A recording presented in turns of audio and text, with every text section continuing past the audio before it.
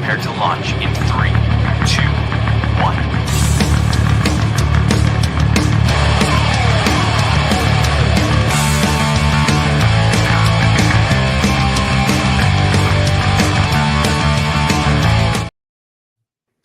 Hello, everybody. Tyler James here, and welcome back to another session of the ComixLaunch live stream. It's good to be with you. I'm battling a little bit of a summer cold. It seems like every day it's got a little bit of a different twist to it, but I'm not feeling too bad. And once again, I'll be relying on an awesome guest to do the heavy lifting and bringing some good content with for all of you as I get us through this one. But we're gonna have a good topic today. We're going to talk about crowdfunding, Kickstarter, crossovers, and a whole lot more. And I think you're going to dig that. Before we jump into our interview, though, I did want to just give a reminder for any of you that supported the comic book crowdfunding planner launch that wrapped a couple months ago. The books are all out the door, although I have a couple times each day for the past couple of weeks just been getting emails. It was like, hey, when's that planner shipping? And it's like, oh, hey, you didn't finish that pledge manager. And if you did not complete the pledge manager over on Kickstarter, I can't ship out your books, but I've shipped every one that I could. And as they get filled out, we will ship them more. And we do have a relatively small overprint of the planner. And I've got a new site up. It's at ComixLaunch.com/planner. It's a very easy, simple way for you to grab the new planner. There's a couple of additional add-ons you can add to the planner if you don't already have one. And this is really a 4 books in one was the concept for it. It was your planner to actually plan out your launch and all the details before you launch. It's all of the execution checklists for before, during, and after your launch. It has daily launch journal pages so that you can capture all the crazy things that you do in the midst of a launch. And then probably the most important section of all is at the end of it. There is a debrief section for you to sort of capture both the hard numbers of your campaign and all that qualitative stuff. And there's some really great questions and things that you just want to capture each and every time you launch. And so you can get that over at ComixLaunch.com/planner if you don't have it already. And if you already ordered it and you haven't got them yet, they should be on the way because just about everything is out the door now. Okay. On today's episode, we are going to be talking comics, crossovers, crowdfunding, adapting to the world of comics on Kickstarter here in 2025, and a whole lot more. And to do that, I'm going to bring on my guest today. My guest today is a UK-based writer and editor. He has a master's in educational background in creative writing for film and TV. His work includes Cabra Cini, Voodoo Junkie Hitwoman, The Almighties, and Geek Girl. And he will soon be launching his 19th Kickstarter, crossing over 2 of his most popular characters in Cabra Cini Geek Girl Exodus, which is a complete crossover now. But welcome back to ComixLaunch, Sam. How you doing, man? All right, thank you. How are you doing, apart from being ill? Yeah, hanging in there. We're in the dog days of summer here. About a week out from my son starting school once more. So just getting ready to adjust to the fall change of weather and things like that and everything that brings. But yeah, I know myself well enough that it seems like every time the seasons are like around changeover time, that's when my body's like, all right, yeah, let's take on an illness. But yeah, coping through. Okay, cool. Yeah. So congratulations on correctly pronouncing Cabra Cini. I'm always pleased when someone does that. Yeah, it's and that is something that I do think about with Kickstarter campaigns, especially because I do a podcast, and I can't tell you how many times I've gotten people that will leave messages for promoting their Kickstarter campaign, and it's a name that I'm like, oh man, like I was never a spelling bee champion, but even if I was, that would still be probably hard to spell. And that is something to think about. In just in terms of like when you're naming things and things like that, is like, how are you naming it? Is it easy enough to spell, or are there potentially other keywords that even if they get that wrong, they can jump into it? So like, throwing in voodoo junkie hit woman as some additional keywords might make it more likely that people can find your book. Well, what makes it simple with this one, because it's crossing over with Geek Girl, is the Geek Girl website is rerouted to the Kickstarter, so it's just geekgirlcomics.com, which is pretty hard to misspell, I think. Yeah. And so you've got a pre-launch page up for the Cabra Cini, and this will be live the start of September or early September, correct? Second, yeah, so Tuesday. Yeah. And so, Sam, I don't know if you noticed this yet, but this was a new feature that Kickstarter like literally just rolled out, is the concept of pre-launch updates. Have you seen that yet? No. So, yeah, I mean, I'm this was pointed out by a member of the ComixLaunch Pro community, and I didn't notice it until then. I'm just going to pull up a pre-launch page for a project that, still in the very early stages, but this is one that I can control. And if you noticed, if you go down here, there is now a new tab on your pre-launch page that says post a new update. And this will basically post an update to your pre-launch page, which is pretty interesting. Like I have not tested it out yet, but I am curious because this seems like, honestly, a theme that I've been focusing on and diving into is the importance of pre-launch. And it does seem like now here in 2025, more than ever, your launch will be determined by the size of your pre-launch and the effort that you go into your pre-launch. And it does seem like Kickstarter has recognized that. And now they're doing a number of things to call out the importance of pre-launch. I don't know if you also saw, and this is another thing, this first time I'm really talking about it on the podcast, but they have also started in your dashboard breaking out the difference between your followers, whether they be pre-launch followers or followers after the campaign is over. I don't know if you looked at any of those metrics, but I think I've heard you mention that. I've not looked at it yet, but the so pre-launch updates is completely new to me. So this would be something I would encourage you to just go through some of your past Kickstarter campaigns. Basically any campaign between 2019 and today, because hard to believe, but it was like around November of 2019 that Kickstarter first rolled out pre-launch pages. So they've been around for about 5 years now, but only in the last month did they start doing this kind of interesting thing here, where they will show your project followers. They have been doing this for a while, and you'd see how many people followed your project and how many converted. But now they're actually breaking it out also to how many pre-launch followers did you have and how did they converted, and how many post-launch followers did you have and how they converted. So you can see there's actually a big difference between follower conversion rate for those people that are pre-launch followers versus those that are post-launch followers. 30-point difference, right?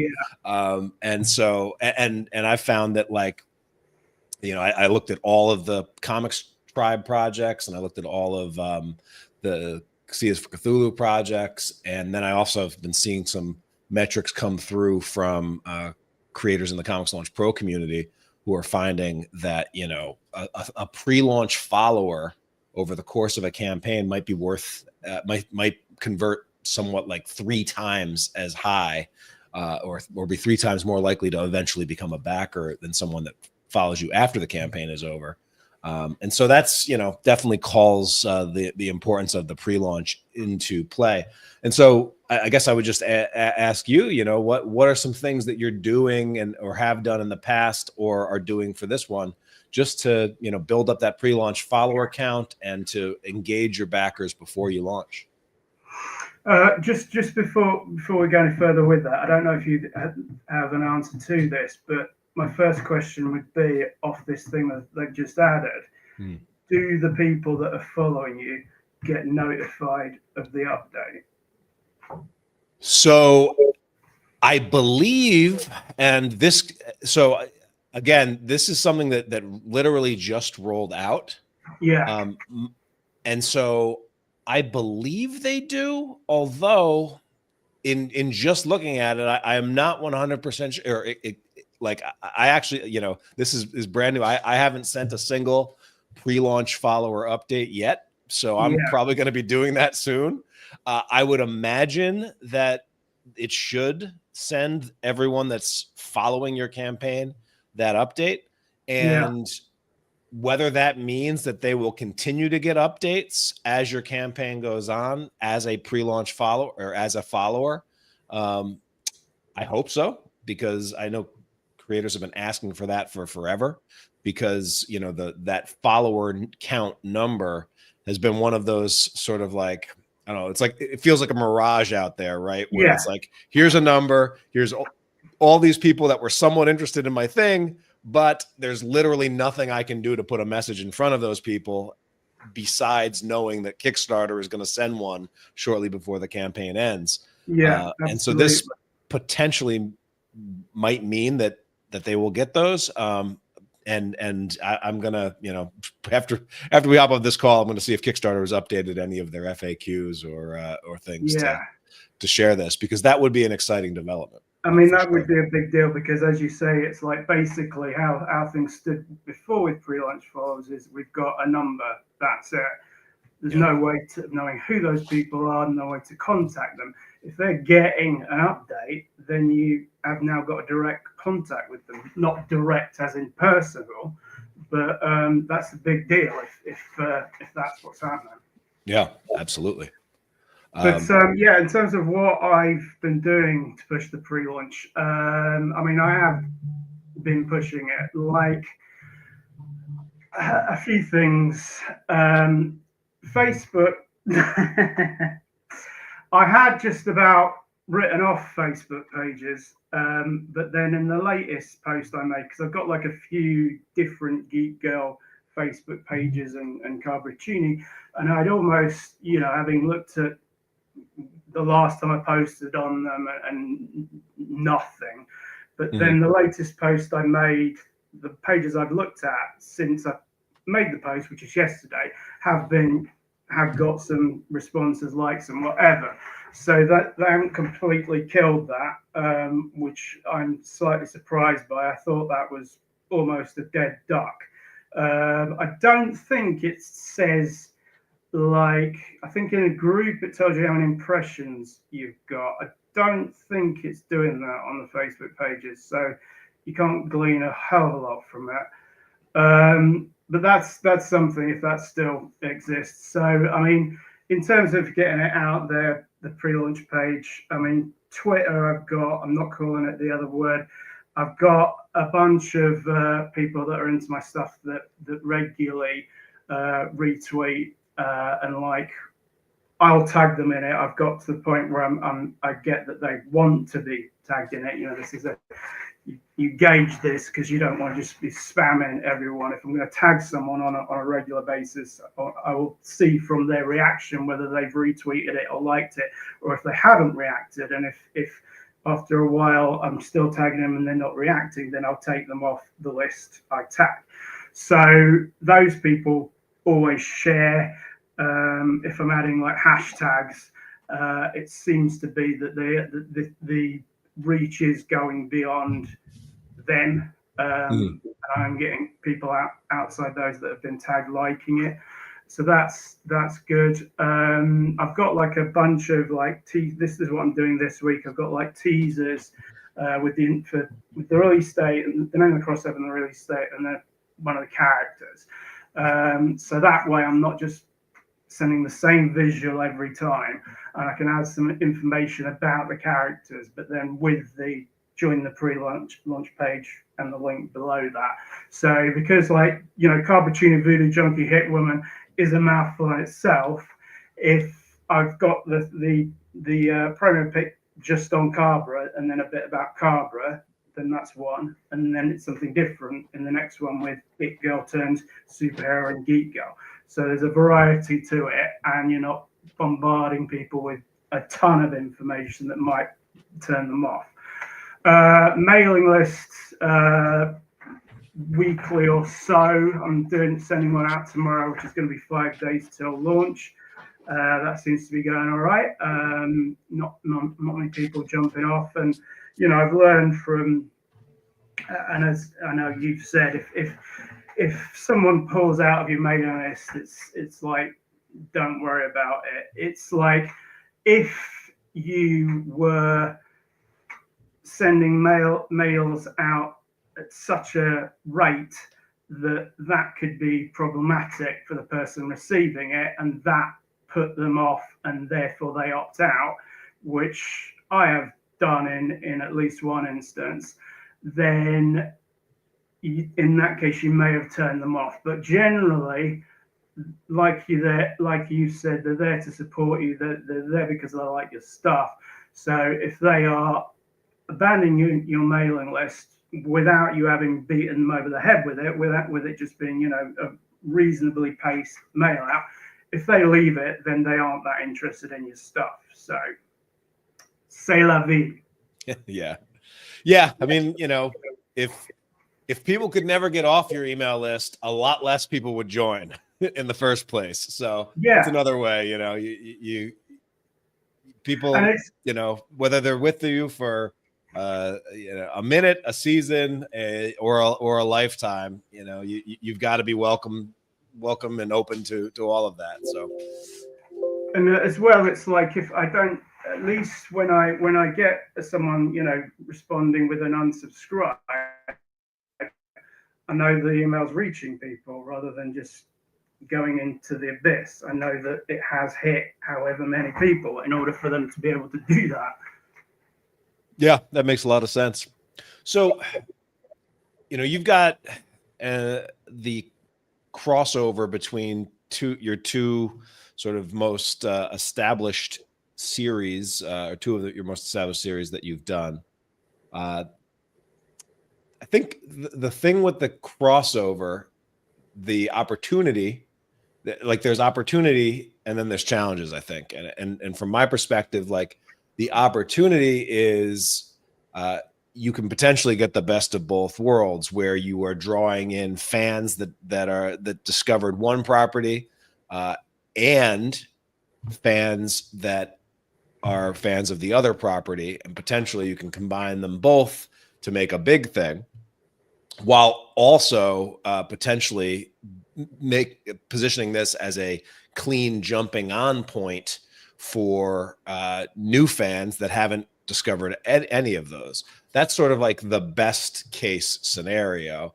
Of course, there's the worst case scenario of well, I like this one series, but I don't know anything about this other series, and so I can't do it. And so then are you only selling to people that are buying both of the series and excluding everyone else because they feel like there's too much to catch up on?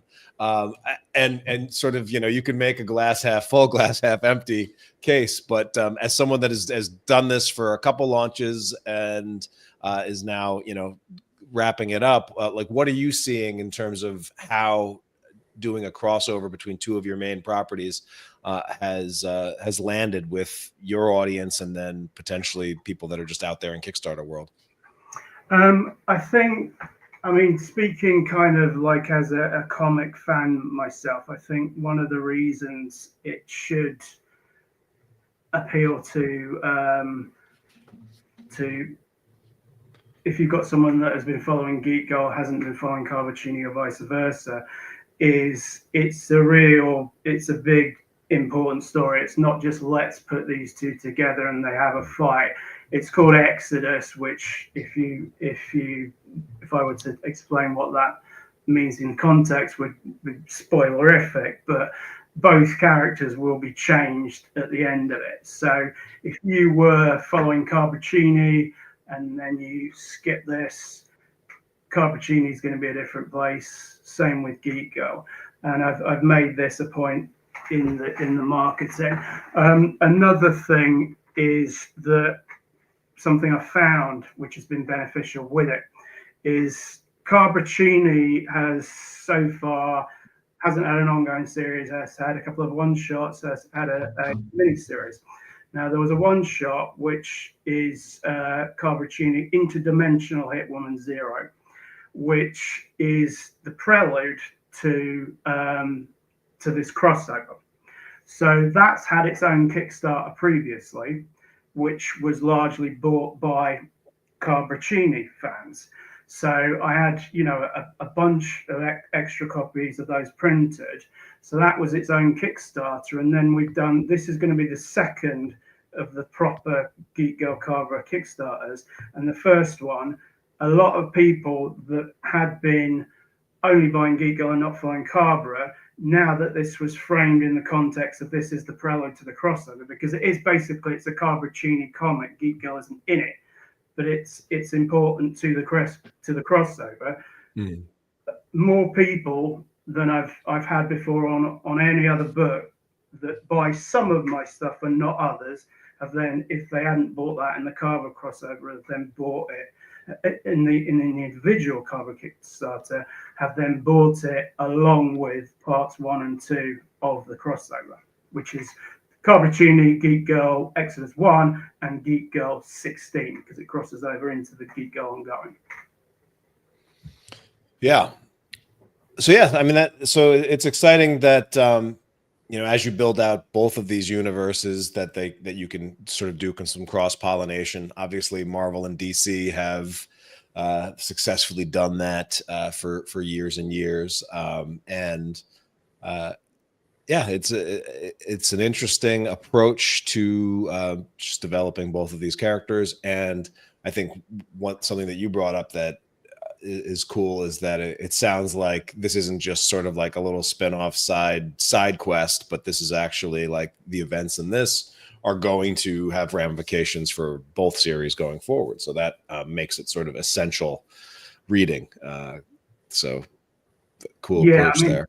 This is a story that I've been like sort of dropping bits that contribute towards for a long time. Like again, available in the new Kickstarter. There's Cabra Cini Voodoo Junkie Hit Woman Zero Deluxe, which collects all the material from its Geek Girl issues 5 to 9 that's set up even before the prelude. Because the thing of it is like there's this drug dealer that gets shot and left for dead by a mystery assailant. Who then disappears. The drug dealer survives and hires Cabra Cini to get this assailant who's robbed him and left him for dead. And it turns out that this mystery assailant is, I think I've probably spoiled this one enough by now, but let's just say there's a connection to Geek Girl. So the whole thing isn't just, let's put those two together. There is a reason bigger than that. That will impact on both characters and both series. Cool.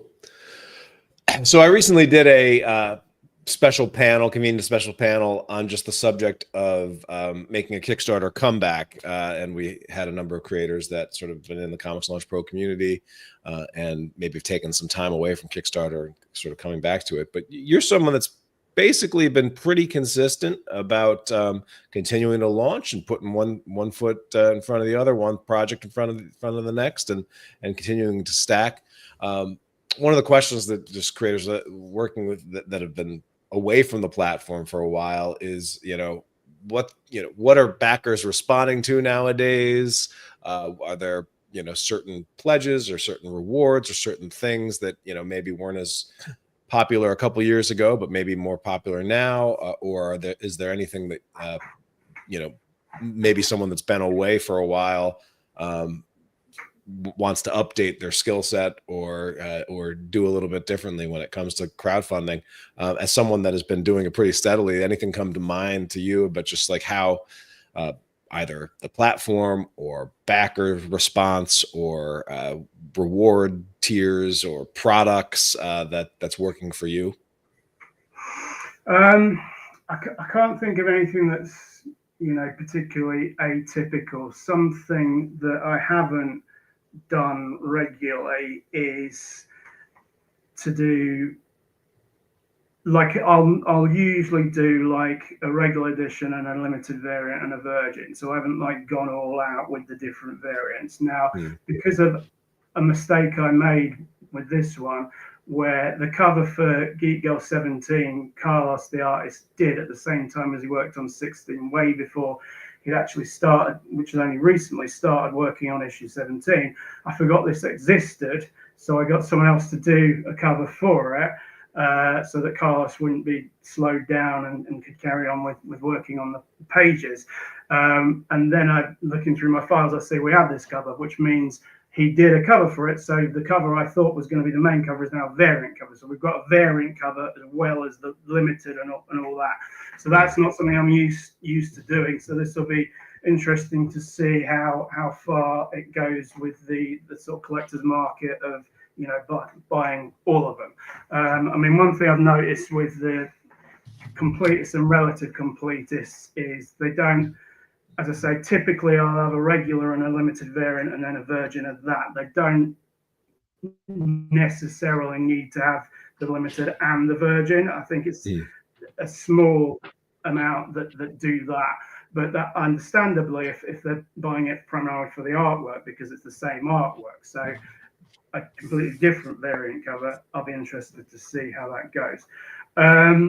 In terms of other trends, I mean, one thing I try to do is do 2 issues in one Kickstarter, because postage-wise, shipping-wise, it works out so much better, because the price of sending 1 comic versus sending 2, there's not much in it.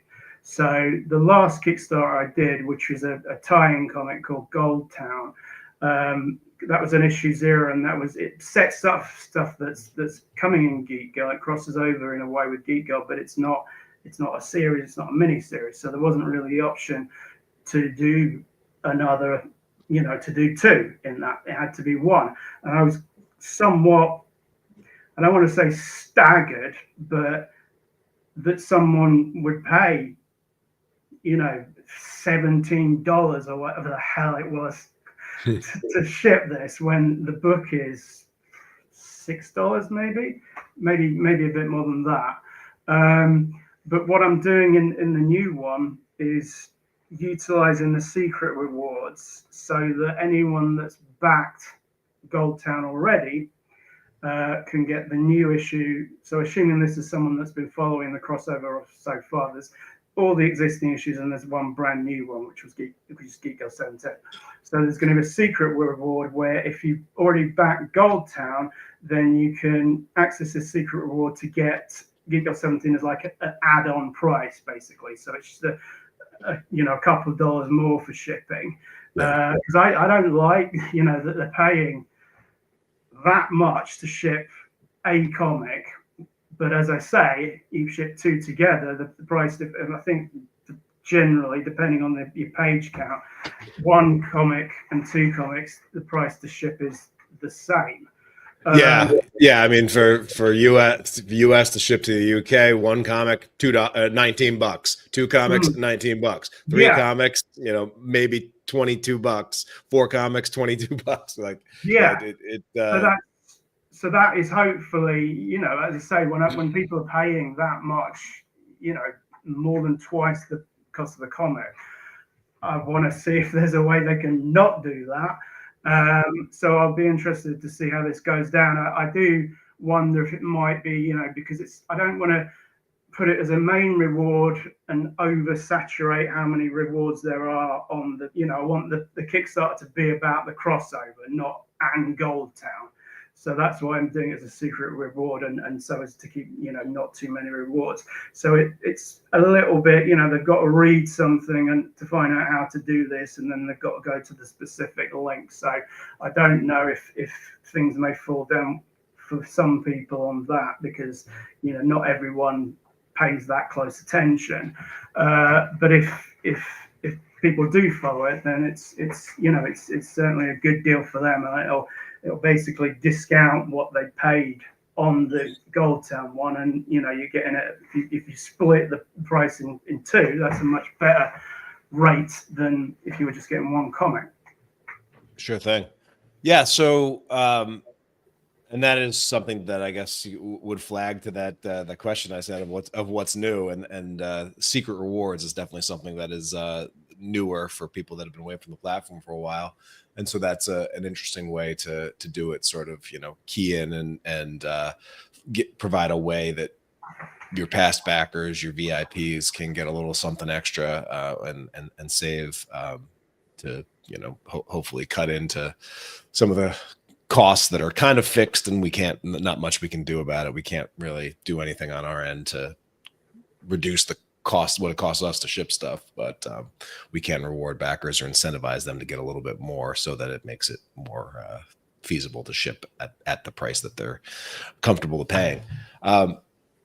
Yeah. So as you are continuing to work in sort of these a couple of interesting genres, like Cabra Cini is more sort of like supernatural, urban fantasy style, and Geek Girl is more superhero.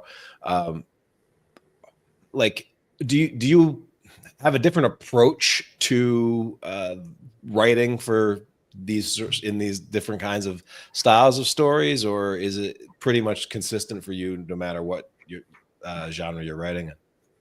I think it's fairly consistent. I mean, my biggest influence is Grant Morrison's run on Doom Patrol, and how out there and weird it is, but also with strong character stuff to it. And that is the case with both. I mean, they have existed in the same universe as it is. I mean, privileged it girl turns superheroine is quite different from former downtrodden by her pimp, crack addicted hooker, who has turned things around. But she's called Voodoo Junkie Hit Woman because she's basically swapped her addiction for crack for an addiction to voodoo. So she's a voodoo junkie. So this is obviously a lot darker. And if it's in the pages of Cabra, there's swearing. But in terms of what's gone in the crossover, I don't think I felt I've had to sort of dampen things. I mean, the swearing, you just, asterisk out. So yeah, I think they fit well together. I mean, they are very, very different characters, but they're also strong female characters that have a story arc that I've been, developing, and I know where things are going with, and they, by the end of, as I say, by the end of this one, they're going to be different from how they were before, and beyond. So yeah, I mean, you could say Cabra has sort of horror elements to it, but they fit in the same universe. Yeah. So right now, the comics industry is sort of, as always, I mean, it's an industry that's kind of always in flux, but with diamond disruptions and the opening up of potentially new distribution channels, but certain channels being more or less open to new publishers. Like, have you? I know you released Geek Girl through Marcosia in a while back. Are you primarily focused only on Kickstarter, or are there other channels that you're pursuing when it comes to getting your books and your content into people's hands? Yeah, I mean, I like Marcosia put the book out through Amazon, through a lot of big bookshops, websites, Waterstones, Barnes and Noble, and so forth. They get the digital. I mean, basically, they don't do physical issues; they do digital issues, and then they do the collections. So that's where Amazon is a good place for the collections. I was speaking with Harry, who's the publisher, the other day, because our annual pay from profits is 25th of August. And one thing I noticed on it is the money coming from ComixLaunch for the first time was zero, because they've done a hell of a job on. I don't know quite what the word is for what they've done to that site, but it's not enhanced. Yeah, I mean, there was a time when ComixLaunch was a pretty reliable source of of comics. It for a brief time, it was the literal comic book shop in your palm, especially I mean, I can remember around the time New 52, the New 52 rolled out, and they committed to same day release and price parity and a lot. And it really, and when the iPads were, the iPad 2 is fresh and new. And there was a time when ComixLaunch was it, man. Yeah. And then it, talk about just dropping the ball and dropping the ball in a way that it does really seem that no one else decided to pick it up. Well, it's a tough thing. I mean, isn't it? I mean, other digital platforms, I can't even remember the name. There was one that was running at the same time as ComixLaunch and it folded. I don't know why it should be such a difficult, and why Amazon took it and made it much, much worse. I mean, presumably they took it because it was a successful business. So why let's now throw a bunch of spanners into the works? I don't know, but I don't know why there isn't a good, successful, easy website to buy digital comics, because people are on their phones the whole time. It's you make that accessible. Yeah, and I mean, I know Drive-Through Comics is still up and kicking. You can get your PDFs there, and from what I hear, their sister site, which is the Drive-Through RPG, that's where a lot of people do get their RPG guides and things, and sort of and there's a market for there. So I know Global Comics is out there, and I'm always seeing creators share their 22-cent checks or whatever. I mean, that come from that. It kind of exists, and it's not like there's no point being on it. But I've not heard of anyone having a great, boom from it. Yeah, and it's until there are these test cases of creators hey, we're really profiting from being over here. It's hard to justify just even taking the time to figure out the setup for some of those things, and that's always kind of been my approach. And I've found that again, Kickstarter ends up being the best place to sell digital comics in addition to your print stuff. It's a tough time out there, I think, and yet at the same time, folks that have put the time in to build an audience and to establish a front on Kickstarter, I think are well positioned to keep cranking out their books and keep making the stuff and the projects that they want to make. So I'm glad that you have been able to do that. What does the sort of future hold for your stuff post this big crossover event? Well, Geek Girl, the ongoing series, continues post crossover. I've written issue 18's done. I'm working on 19. Got where things are going planned out. I'm pleased with the natural development of this character, who has gone from this it girl, just getting anything she wants, to becoming this somewhat self-sacrificing superheroine. But then finds she kind of misses the it girl lifestyle. So again, there's this development, because like her cool kid friends initially are alienated by her becoming Geek Girl. I think she lost her mind. And there's a crossover between their relationship going in and out. And yeah, it's just, there's a heart growing from less clumsy analogy with the character. And I'm pleased with the direction it's going. Cabra Cini, can't say anything about beyond this Kickstarter. But you know, this universe is something that I love and I'm invested in, and I will be continuing. Yeah. Any tips for the writers out there that maybe are having trouble finding good collaborators to bring their visions to life? Anything that you've learned over the years of working with different artists and trying to find partnerships that have worked?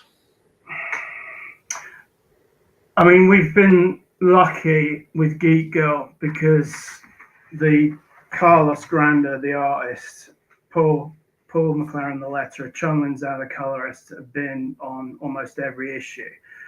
And that's a 4-issue miniseries. We're up to, it will be 17 of then the ongoing.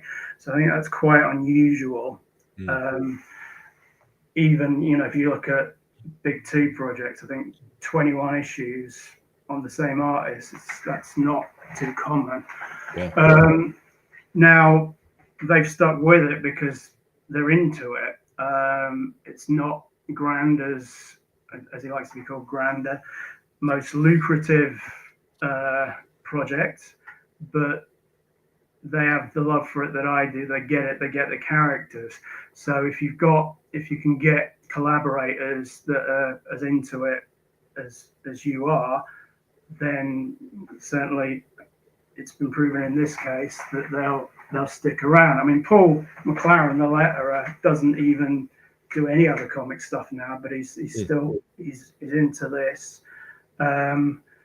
So that's great. I mean, it took a long time to get the right artist for Geek Girl. I've had, you know, everyone's had experiences with artists flaking, and that was a regular thing for me. But through the process of doing these comics, I found Granda is the Geek Girl artist, and Fernando Melick is the primary Cabra artist.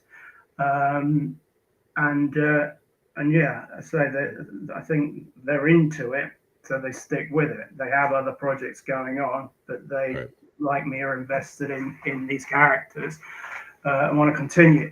And you know, we work.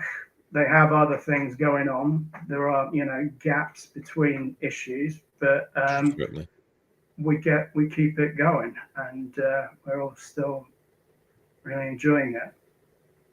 Nice. In terms of finding artists, it's a crapshoot. It's like, I mean, I've had, because I often use different artists for limited variant covers, and then sometimes it'll work out, I'll use them again, and sometimes for one reason or another I never use them again. And you don't know what you're getting, you know, because like if someone is a sequential artist and they've got that to show, you know, they've you know, got that sort of work ethic, or you would hope, and commitment. Now, just doing covers for various different publishers is not the same. So you've not really got. It's very difficult to gauge how things are going to go when you hook up with a new artist. Yeah, and so, you know, testing the waters with very small projects first before you try to sign someone on to your ongoing opus, usually a pretty good approach to take, because I mean, Geek Girl wasn't. There was an issue 0, which was with a different artist first, but that was a much more grounded about the cool kids of Geek Girl's world before she becomes this superhero and it goes sort of widescreen. Yeah. So she was only on board for that, Sally, because this wasn't, superheroes isn't a thing. So it took a long time to find Carlos and then Granda. And then that was Geek Girl initially for a 4-issue mini. The aim was always for it to become an ongoing, and that's partly through building the audience from Kickstarter that we've been able to do that. It wasn't from the get-go you're signing on for an ongoing series. Yeah. Yeah. I mean, that very much reminds me of like the old school Image model, right? Like that's what Eric Larson kind of did. Savage Dragon was a book that he had, I think, been working on since he was in high school or whatever. But first he did a 4-issue mini just as his debut Image book. And then when that sort of was clear that, hey, I can do this, he turned it into an ongoing, and he's been doing it ever since. So yeah, I think that's a smart way to do it, from not just a where I do believe that there's like you could have two creators, one that's like, oh, I've got this ongoing series that I want to tell, and I'm gonna launch it, and even if it ends at issue 7, but in your head it was 50 issues or whatever, you're always going to feel like you're a failure or like you left it incomplete.